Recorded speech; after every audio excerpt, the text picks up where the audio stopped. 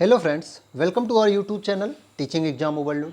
दोस्तों, आज के सेशन के अंतर्गत हम जो एक नई सीरीज चलाए थे जिसमें हम क्या कराते हैं, एनसीईआरटी का निचोड़ कराते हैं, उस श्रृंखला की आज हमारी नेक्स्ट क्लास है। और यह क्लास किसके लिए इंपॉर्टेंट है? बीपीएससी टीआरई 4.0 के लिए, एनबीएस, केवीएस और सबसे ज़्यादा इंपॉर्टेंट किसके लिए? सीटेट के लिए। सबसे ज़्यादा इंपॉर्टेंट सीटेट और बीपीएससी के लिए तो बहुत इंपॉर्टेंट होती है। ठीक है, सीटेट दिसंबर 2024 और बीपीएससी टीआरई 4 के लिए बहुत ज़्यादा इंपॉर्टेंट क्लास हो जाएगी। और इस क्लास के अंतर्गत आज हम क्लास 6 एनसीईआरटी हिस्ट्री के चैप्टर नंबर 9 को पढ़ेंगे। और इस टॉपिक का नाम क्या है? चैप्टर का नाम है व्यापारी, राजा और तीर्थयात्री। तो आज का हमारा टॉपिक क्या है? व्यापारी, राजा और तीर्थयात्री, जो कि क्लास 6 हिस्ट्री का चैप्टर नंबर 9 है। चलिए फिर सेशन को शुरू करने से पहले हमारी एक रिक्वेस्ट है कि हमारे चैनल को लाइक करें, सब्सक्राइब करें तथा ज़्यादा से ज़्यादा शेयर करें। देखते हैं इसमें पहला पॉइंट क्या दिया गया है। पहला पॉइंट एनसीईआरटी में दिया गया था कि रोमन में काली मिर्च को काला सोना कहा जाता था। रोम साम्राज्य जो था वह भारत के साथ व्यापार करता था। इसके साक्ष्य अभी आप देखेंगे कि इसके साक्ष्य बहुत सारे जो हमारे भरूच जो है, यूनानी नाम है भरूच का, बेरीगाचा, उस जो भरूच है गुजरात का पोर्ट, अरिकामेडू पट्टन है, अरिकामेडू पुडुचेरी का पट्टन है ना, अरिकामेडू से भी आपको साक्ष्य मिलेंगे रोम साम्राज्य के। तो रोम साम्राज्य भारत देश से उस समय व्यापार करता था और व्यापार करने में सबसे ज़्यादा उसका ध्यान किस ओर रहता था? मसालों का। क्योंकि साउथ इंडिया में क्या होता है, साउथ इंडिया में आपको पता है मसाले सबसे ज़्यादा होते हैं। तो काली मिर्च मसालों का व्यापार बहुत ज़्यादा करते थे ये साउथ इंडिया के पोर्ट से, और उसमें भी काली मिर्च इनको बहुत ज़्यादा पसंद थी। इसलिए ये काली मिर्च को क्या कहते थे? काला सोना कहते थे। दक्षिण भारत में ऐसे अनेक रोमन सिक्के मिले हैं, सोने के सिक्के, जिससे यह अंदाज़ा लगाया जा सकता है कि उन दिनों रोम के साथ अच्छा संबंध था व्यापार से संबंधित। और व्यापार के प्रमाण हमें संगम कविताओं में भी मिले हैं। तो संगम कविताएं जिनके बारे में आपने पढ़ा है, मणि मेखलाई जो शीतले सतनार की कहानी, ये सब क्या है कि संगम कविताएं की है ना। जो आपका शब्द मिला है वेल्लाल, अधिमई, कड़ेशियार, ये सब कहाँ के हैं? संगम कविताओं से ही तो मिले हैं। और संगम कविताओं में व्यापार के भी प्रमाण मिले हैं साउथ इंडिया में। तो दक्षिण भारत में जो अनेक सोने के सिक्के मिले हैं, इससे हमें क्या पता चलता है कि भारत और रोम साम्राज्य का व्यापार उस समय होता था साउथ इंडिया के पोर्ट्स से। आगे देखते हैं समुद्र तट से लगे राज। संगम कविताओं में मुवेंदार शब्द की चर्चा है। संगम कविताओं में मुवेंदार शब्द की चर्चा है। यह क्या है? यह एक तमिल शब्द है। यह एक तमिल शब्द है जिसका अर्थ क्या होता है? इसका अर्थ होता है तीन मुखिया। यह एक क्या है? तमिल शब्द है जिसका अर्थ होता है तीन मुखिया। ध्यान रखिएगा, संगम कविताओं में मुवेंदार शब्द की चर्चा मिली है। यह एक तमिल शब्द है जिसका अर्थ है तीन मुखियाओं। इसका प्रयोग तीन शासक परिवार के मुखियाओं के लिए किया जाता था। और ये कौन थे? ये थे आपके चोल, चेर तथा पांड। ये आपके कौन हो जाएंगे? चोल, चेर तथा पांड। तो संगम कविताओं में मुवेंदार की चर्चा मिलती है। यह एक तमिल शब्द है जिसका अर्थ है तीन मुखिया। यह तीन साम्राज्य के मुखियाओं के लिए यूज किया जाता था, जो कि है चोल, चेर तथा पांड, जो करीब 2300 साल पहले दक्षिण भारत में काफ़ी ज़्यादा शक्तिशाली माने जाते थे। अभी आप आगे पढ़ेंगे कि इनकी दो दो राजधानियाँ होती थी। तो टोटल 6 राजधानी हो जाएंगी, जिसमें से 2 बहुत ज़्यादा फेमस थी।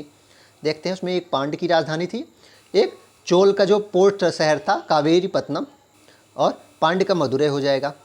इन तीन मुखियाओं के अपने 2-2 सत्ता केंद्र होते थे। तो इन तीनों मुखियाओं के अपने क्या होते थे?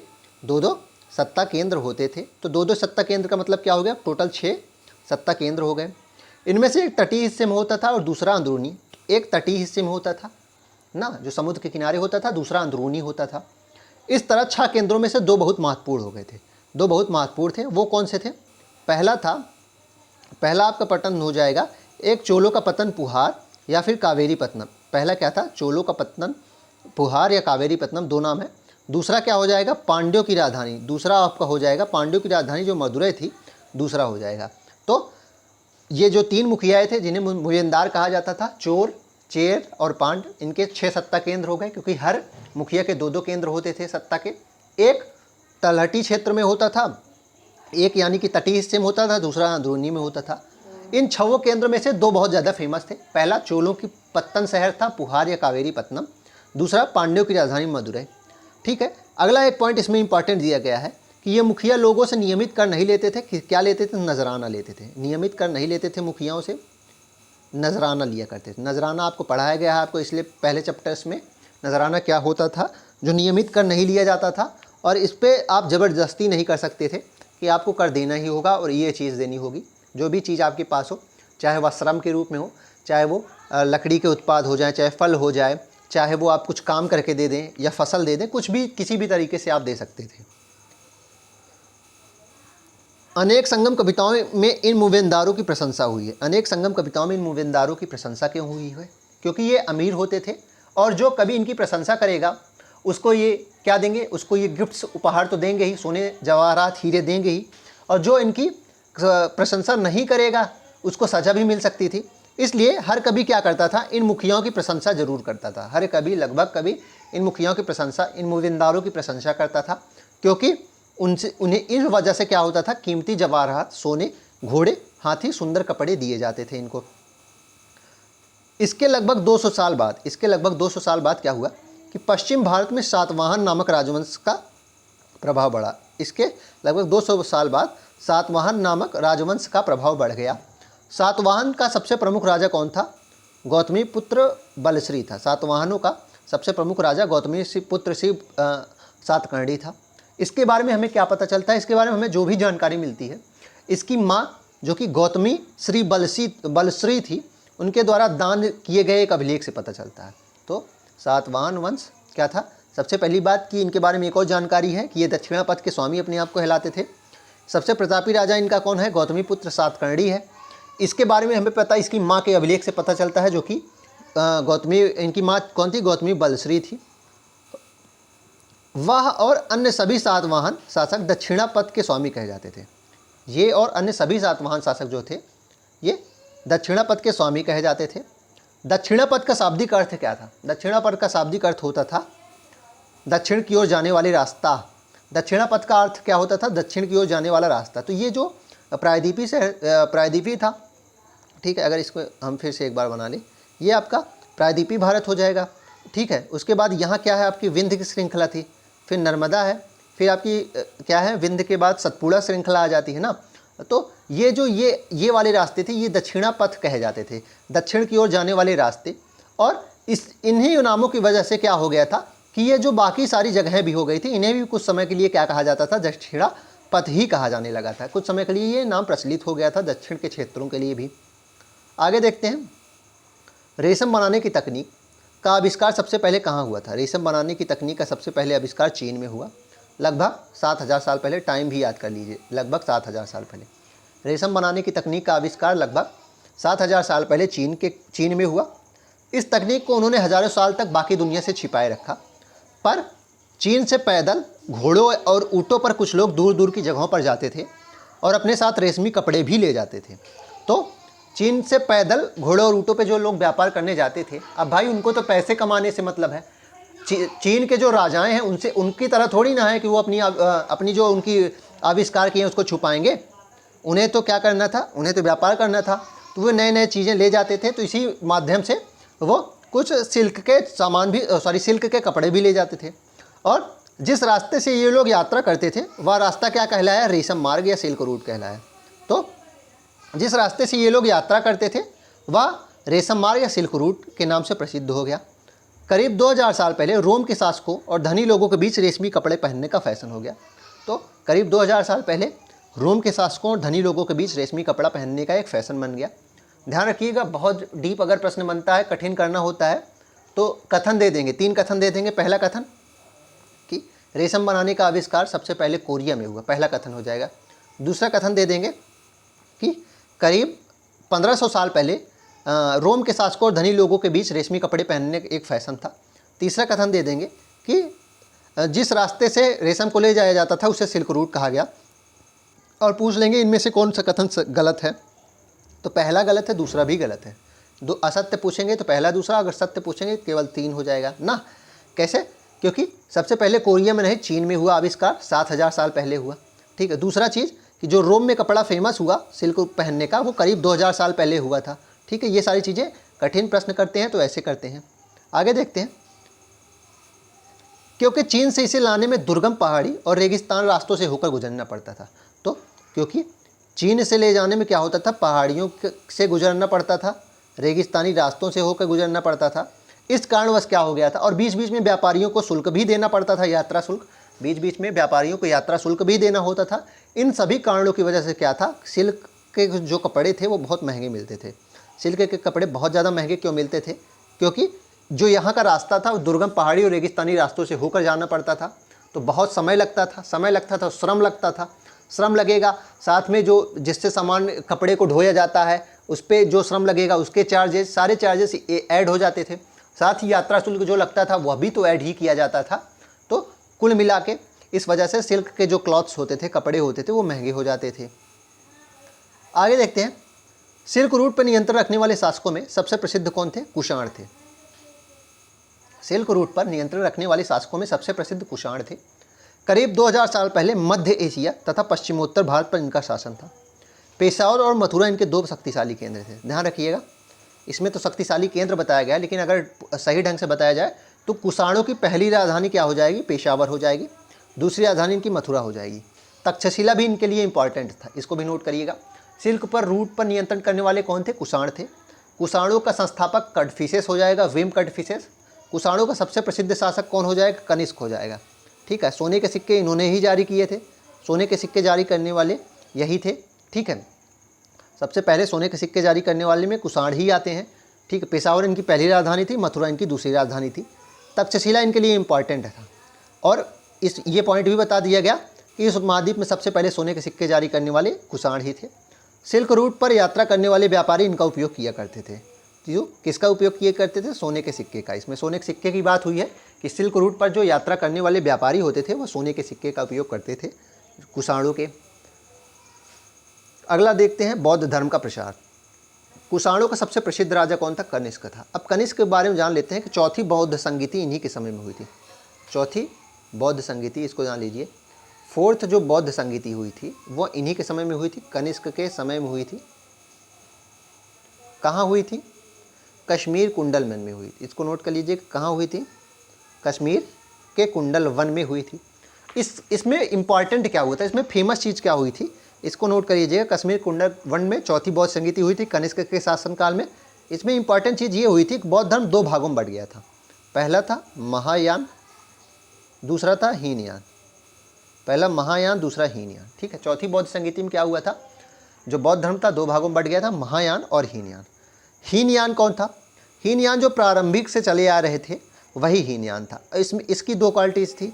इसकी मतलब कि सारी पुरानी क्वालिटीज़ थी।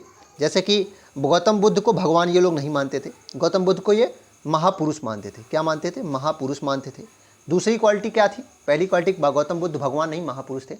दूसरी क्वालिटी गौतम बुद्ध की, ये जब भगवान नहीं मानेंगे तो कोई प्रतिमा की भी पूजा नहीं करते थे। उनके पद चिन्ह और घोड़ा का मतलब कि कुछ संकेतों द्वारा, और जो ये वृक्ष था पीपल का वृक्ष, इन सभी चीज़ों की पूजा करते थे। ठीक है, इन्हीं सब की पूजा क्या, इन्हीं सब को संकेत मानते थे और आदर्श व्यक्ति के रूप में इनको माना जाता था। ठीक है, ये सारी चीज़ें हो गई। और इनके अनुसार कि अगर आपको बौद्ध धर्म सही ढंग से पालन करना है तो आपको सन्यासी बनना ही होगा। महायान में क्या था? महायान में पहला परिवर्तन क्या हो गया कि भगवान को, गौतम बुद्ध को भगवान माना जाने लगा और इनकी मूर्ति बनने लगी। मूर्ति बनने के दो बहुत ज़्यादा इंपॉर्टेंट केंद्र थे, तक्षशिला और मथुरा। कौन से? तक्षशिला, मथुरा। दूसरा क्या था? दूसरी चीज़ ये हुई कि अब ये लोग मानने लगे थे कि अगर आपको बौद्ध धर्म का पालन करना है, बौद्ध धर्म अगर आपको लेना है तो आप गृहस्थ जीवन में भी इसको ले सकते हैं, गृहस्थ जीवन में भी इसको ले सकते हैं। तो ये दो परिवर्तन महायान में आ गए और ये नया थोड़ा सा एक शाखा बना था महायान। ठीक है, अब साउथ ईस्ट एशिया में ये धर्म बहुत ज़्यादा फेमस हुआ था। कोरिया, जापान, चाइना और साउथ ईस्ट एशिया में बहुत ज़्यादा फेमस हुआ। हीनयान कहाँ था? हीनयान, थेरवाद, जो ये सब प्राचीन शाखाएं थी बौद्ध धर्म की, प्राचीन रूप में जो मानते थे, ये जो हमारे इधर के जो देश थे, भारत से सटे हुए देश, इंडोनेशिया और श्रीलंका, ये थाईलैंड, कंबोडिया, ये सारे देशों में क्या था? थेरवाद या हीनयान बहुत ज़्यादा फेमस हुआ था। आगे अभी हो सकता है आप देखें। कुषाणों का सबसे प्रसिद्ध राजा कौन था? कनिष्क था। उसने करीब 1900 साल पहले शासन किया था। उसने एक बौद्ध परिषद का गठन किया। चौथी बौद्ध परिषद हुई जिसमें एकत्र होकर विद्वान महत्वपूर्ण विषयों पर विचार विमर्श करते थे। बुद्ध के जीवनी यहाँ से इंपॉर्टेंट है। बुद्ध की जीवनी बुद्ध चरित, इसके रचनाकार कवि कौन है? कवि अश्वघोष हैं। यह कनिष्क के ही दरबार में रहते। कनिष्क के दरबारी कवि कौन है? अश्वघोष। इन्होंने बुद्ध चरित्र लिखी और इसका अर्थ क्या था? बुद्ध की जीवनी। अश्वघोष तथा अन्य बौद्ध विद्वानों ने अब संस्कृत में लिखना शुरू कर दिया था। इस समय बौद्ध धर्म की एक नई धारा महायान का विकास हुआ। वही बात जो मैं बताया, महायान का विकास इस समय हुआ। इसकी दो विशेषताएं थी, इसकी दो विशेषताएं चलिए देखते हैं। इसकी दो विशेषताएं थी। पहले मूर्तियों, इसमें क्या है कि पहले मूर्तियों में बुद्ध की उपस्थिति सिर्फ कुछ संकेतों के माध्यम से दर्शाई जाती। पहले बुद्ध की उपस्थिति सिर्फ कुछ संकेतों के माध्यम से दर्शाई जाती थी हीनयान या अन्य थेरवाद आदि शाखाओं में। मिसाल के तौर पर उनकी निर्वाण प्राप्ति को पीपल के पेड़ की मूर्ति के द्वारा दर्शाया जाता, मतलब कि जो उन्होंने जो निर्वाण की प्राप्ति की थी उसको पीपल के पेड़ की मूर्ति द्वारा दर्शाया जाता था। लेकिन अब बुद्ध की प्रतिमाएं बनाई जाने लगी थी और इनमें से अधिकांश मथुरा में, तो कुछ तक्षशिला में भी बनाई जाती थी। तो दो बहुत प्रमुख केंद्र थे मूर्ति बनाने के, मथुरा और तक्षशिला। दूसरा परिवर्तन देखते हैं क्या हुआ। दूसरा परिवर्तन बोधिसत्व में आस्था लेके हुआ। दूसरा परिवर्तन क्या हुआ कि बोधिसत्व में आस्था से संबंधित था। बोधिसत्व उन्हें कहते हैं जो ज्ञान प्राप्ति के बाद एकांतवास करते, ध्यान साधना करते हैं। ठीक है, पहले ये माना जाता था बौद्ध धर्म का सही ढंग से पालन करना है तो आपको बोधिसत्व अपनाना होगा, यानी कि ज्ञान प्राप्ति के बाद एकांतवास में आपको ध्यान साधना करनी है। लेकिन ऐसा करने के बजाय वे लोगों को शिक्षा देने और मदद करने के लिए सांसारिक परिवेश में ही रहना ठीक समझने लगे। अब क्या हुआ, अब महायान वाले क्या समझने लगे कि हम ऐसा नहीं करेंगे, हम लोगों को शिक्षा देंगे सांसारिक परिवेश में रहकर ही, अपने बीवी बच्चों, अपने पत्नी माता पिता के साथ ही रह के हम बौद्ध धर्म अपनाएंगे और लोगों को शिक्षित करेंगे। यह अब मानने लगा। और पूरे मध्य एशिया जो मिडिल ईस्ट था, चाइना, कोरिया, जापान में महायान शाखा फैली। कौन सी शाखा फैली? महायान शाखा फैली। ध्यान रखिएगा, दो परिवर्तन मैं आपको 2 बार बता चुका हूँ। ये देखिए बुद्ध की प्रतिमाएं हैं। सबसे ज़्यादा प्रतिमाएं बुद्ध की कहाँ बनी? मथुरा। इसलिए मथुरा को कृष्ण भक्ति का केंद्र कहा जाता है। ठीक है, जैन भक्ति का भी केंद्र कहा जाता है, बौद्ध मूर्तियों का केंद्र, बौद्ध धर्म का भी केंद्र इसको माना। केंद्र बौद्ध धर्म का केंद्र तो नहीं, लेकिन बौद्ध भक्ति से संबंधित भी मथुरा है, इसको भी ध्यान रखिएगा। बौद्ध धर्म दक्षिण पूर्व की ओर श्रीलंका, म्यांमार, थाईलैंड, इंडोनेशिया सहित दक्षिण पूर्व एशिया के अन्य भागों में भी फैला। यहाँ थेरवाद नामक प्राचीन यानी बौद्ध धर्म का आरंभिक रूप कहीं अधिक प्रचलित था। तो बौद्ध धर्म का आरंभिक रूप थेरवाद इन दक्षिण पूर्व एशियाओं में ज़्यादा फैला, जिसमें Sri Lanka, Myanmar, Thailand, Cambodia, Indonesia आदि आते हैं। कार्ले की गुफा, इसको ऐसे लिख लीजिएगा। कार्ले की गुफा कहाँ है? महाराष्ट्र में है। कार्ले की गुफा कहाँ है? महाराष्ट्र में। जो विहार था, विहार मैंने आपको पढ़ाया था कि 8 महीने क्या करते थे जो बौद्ध भिक्षार्थी थे, वे एक जगह से दूसरी जगह रहते थे भिक्षा मांगकर, लेकिन 4 जगह उन्हें एक स्थान पर रहना पड़ता था वर्षावास में। तो वर्षावास के लिए उन्हें विहार बनाए जाते थे, विहार बनवाते थे उनके भक्तगण, उनके जो बौद्ध धर्म को मानने वाले थे। उनमें से ही एक विहार क्या है? कार्ले की गुफा काट के बनाई गई थी और यह महाराष्ट्र में है। बाद में लकड़ियों के भी बनने लगे थे। नालंदा शिक्षा का एक विशिष्ट केंद्र, स्वयं तसांग या ह्यूएन सांग भी इसको कहते हैं। इसको यात्रियों का राजकुमार भी कहा जाता है। तथा अन्य तीर्थयात्रियों ने उस समय सबसे प्रसिद्ध बौद्ध विद्या केंद्र नालंदा बिहार में अध्ययन किया। नालंदा को क्या कहा जाता है? ऑक्सफोर्ड ऑफ महायान कहा जाता है। उसने नालंदा के बारे में इस प्रकार लिखा है, यहाँ के शिक्षक योग्यता तथा बुद्धि में सबसे आगे हैं। बुद्ध के उपदेशों को वह पूरी ईमानदारी से पालन करते हैं। यहाँ के जो शिक्षक हैं योग्यता और बुद्धि में सबसे आगे हैं, ऐसा ह्यूएन ने कहा। बुद्ध के उपदेशों को पूरी तरीके से ही मानते हैं। मठ के नियम काफ़ी सख्त हैं, जिन्हें सबको मानना ही पड़ता था। पूरे दिन वाद विवाद चलता रहता था, जिसमें युवा और वृद्ध दोनों ही सम्मिलित होते थे। ठीक है, विभिन्न शहरों से विद्वान लोग आते थे, अपनी शंकाएं दूर करते थे। तो विभिन्न शहरों से लोग आते थे, अपनी शंकाएं दूर करते थे। नए आगंतुकों से पहले द्वारपाल ही कठिन प्रश्न पूछता था। ध्यान रखिएगा, नए आगंतुकों से क्या होता था? पहले द्वारपाल ही कठिन प्रश्न पूछता था। उन्हें अंदर जाने की अनुमति तभी मिलती थी जब वे द्वारपाल को सही उत्तर दे देते थे। तो जो नए आगंतुक होते थे, नए मेहमानों को द्वारपाल ही कठिन प्रश्न पूछता, मतलब कि गेट कीपर। और ये अंदर तभी जा सकते थे जब द्वारपाल को सही उत्तर दे दिया जाए। और 10 में से करीब 7-8 सही उत्तर नहीं दे पाते थे। इसको भी ध्यान रखिएगा, 10 में से करीब 7-8 सही उत्तर नहीं दे पाते थे। इसको नोट करिएगा, मतलब कि लगभग 2 से 3 लोग ही गेट कीपर्स के उत्तर दे पाते थे। तो आप सोच सकते हैं जिस विश्वविद्यालय में वहाँ के जो गेट कीपर हैं, द्वारपाल हैं, उनके बौद्धिक क्षमता इतनी अच्छी है कि वे ऐसे प्रश्न पूछते हैं जिसमें से 10 में से 7-8 उत्तर ही नहीं दे पाते हैं। तो वहाँ के शिक्षकों की स्थिति कैसी होगी और वहाँ पढ़ने वाले शिक्षार्थियों की स्थिति कैसी होगी। इसीलिए नालंदा को ऑक्सफोर्ड ऑफ महायान कहा जाता है। भक्ति क्या है? भक्ति भज शब्द से बना है। भज मतलब क्या होता है? विभाजित करना। भक्ति भज शब्द तो इसको नहीं कह सकते, भज धातु से बना है। भक्ति भज धातु से बना है जिसका अर्थ होता है विभाजित करना। यानी कि भक्ति में क्या होता है, भगवान अपने आप को विभाजित करके अपना एक हिस्सा अपने भक्त को दे देता है। सेम इसका अर्थ यही है, ज़्यादा इसके बारे में कुछ समझने की आवश्यकता नहीं है। बस इतना ध्यान रखिए, भक्ति भज धातु से बनी है जिसका अर्थ विभाजित करना या हिस्सेदारी देना। यानी भगवान अपना एक हिस्सा या हिस्सेदारी अपने भक्त को दे देता है। ठीक है, हिंदू शब्द के बारे में देखते हैं। हिंदू शब्द इंडिया शब्द की तरह ही सिंधु या इंडस से निकला है। तो जो हिंदू शब्द है वह इंडिया शब्द की तरह सिंधु या इंडस शब्द से निकला है। सिंधु को ही बाद में क्या कहा जाने लगा, सा को हा पढ़ने की वजह से ईरानी जो होते थे, ईरानी सा को हा पढ़ते थे, इसलिए सिंधु को बाद में वो क्या हुआ, सिंधु को हिंदू पढ़ने लगे, इंडस को हिंदोस पढ़ने लगे, इसलिए सिंधु से ही हिंदू शब्द निकला था। यह शब्द अरबों और यूनानियों द्वारा यूज होता था, जो सिंधु नदी के पूर्व में रहने वालों के लिए यूज होता था। तो हिंदू शब्द क्या था, किनके लिए यूज होता था, अरब ईरानी यूज करते थे, सिंधु शब्द से निकला था और सिंधु नदी के पूर्व में रहने वालों के लिए यूज होता था। यही शब्द उनके धार्मिक विश्वास तथा सांस्कृतिक परंपराओं के लिए भी यूज होता था। तो उनकी जो सांस्कृतिक परंपराएं थी, धार्मिक विश्वास के लिए भी हिंदू शब्द का ही यूज होता था।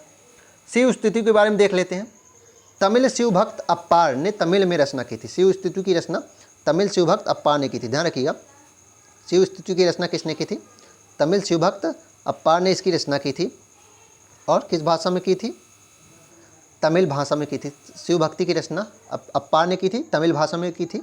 और यह क्या था, वेल्लाल भी था, यह वेल्लाल भी था। वेल्लाल आपको पढ़ाया गया है, बड़े भूस्वामी को तमिल में क्या कहा जाता था, वेल्लाल कहा जाता था। ठीक है, इसको ध्यान रखिएगा।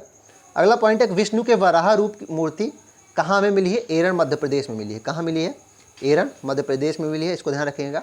और इस विष्णु के वराह रूप मूर्ति जो मंदिर है, इसमें एक खास बात क्या है कि यही इसी मंदिर में पृथ्वी को स्त्री के रूप में दर्शाया गया है। इसी मंदिर में पृथ्वी को स्त्री रूप में दर्शाया गया है। चलिए फिर इसी के साथ आज के सेशन को हम समाप्त करते हैं। आशा करता हूँ कि आपको यह क्लास पसंद आई होगी।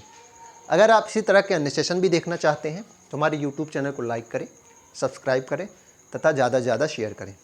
साथ ही अगर आपको PDF प्राप्त करनी है या टीचिंग से संबंधित लेटेस्ट न्यूज़ आपको प्राप्त करना है तो आप हमारे टेलीग्राम चैनल से भी जुड़ सकते हैं, जिसका लिंक हमारे डिस्क्रिप्शन बॉक्स में दे दिया गया है। आप उससे हमारे टेलीग्राम चैनल से जुड़ सकते हैं। चलिए फिर, धन्यवाद।